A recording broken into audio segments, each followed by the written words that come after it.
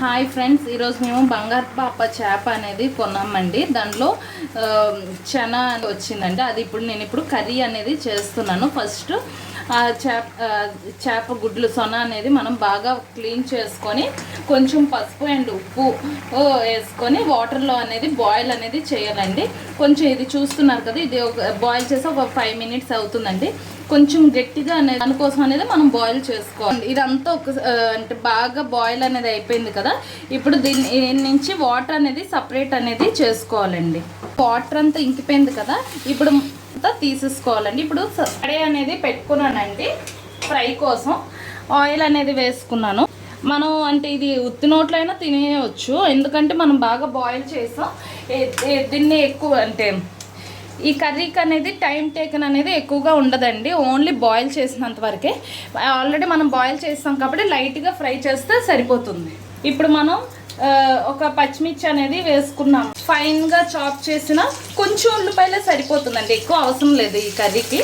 కొంచెం ఉల్లిపాయలు చిన్నగా కట్ చేసుకున్నాను. ఇదిగోండి, ఆనియన్స్ అనేది బాగా ఫ్రై అయిపోయాయి కదా. ఇప్పుడు చిన్న చిన్న పీసెస్ టమాటా పీసెస్ అనేది వేసుకోవాలండి. ఈ టమాటా పీసెస్ కూడా బాగా ఫ్రై అనేది అయిపోవాలి.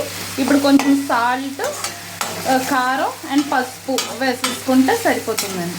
కొంచెం సాల్ట్ అనేది వేసుకున్నాను, ఎందుకంటే చనా అనేది బాయిల్ చేసేటప్పుడు మనం సాల్ట్ అనేది వేసుకొని బాయిల్ చేసాం కాబట్టి కొంచెం సాల్ట్ అనేది వేసుకోవాలి. ఇప్పుడు పసుపు, ఇప్పుడు కారం అనేది వేసుకోవాలండి.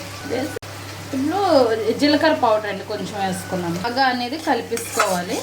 బాగా ఇప్పుడు ఫ్రై అయిపోయాయి కదా, మనం ఇందాక బాయిల్ చేసి పెట్టుకున్న ఎగ్స్ అనేవి వేసుకోవాలండి. ఇదిగోండి, ఫిష్ ఎగ్స్ అనేవి వేసుకోవాలి. ఉల్లిపాయ టమాటా ఇవంతా దీన్ని పట్టేటట్టు కలిపేసుకోవాలండి. ఒక 5 minutes ఫ్రై చేసేసుకుంటే ఈ కర్రీ అనేది రెడీ అయిపోతుందండి. ఇదిగోండి, బాగా ఫ్రై అయిపోయింది కదా, అయితే కర్రీ అనేది అయిపోయినట్టేనండి. ఇప్పుడు స్టవ్ ఆఫ్ చేసేసుకోవాలి. ఎలా ఉందో చూసి చెప్తానండి. బాగుందండి. నా వీడియో కానీ నచ్చినట్టయితే లైక్ చేయండి, షేర్ చేయండి, సబ్స్క్రైబ్ చేయండి. బాయ్.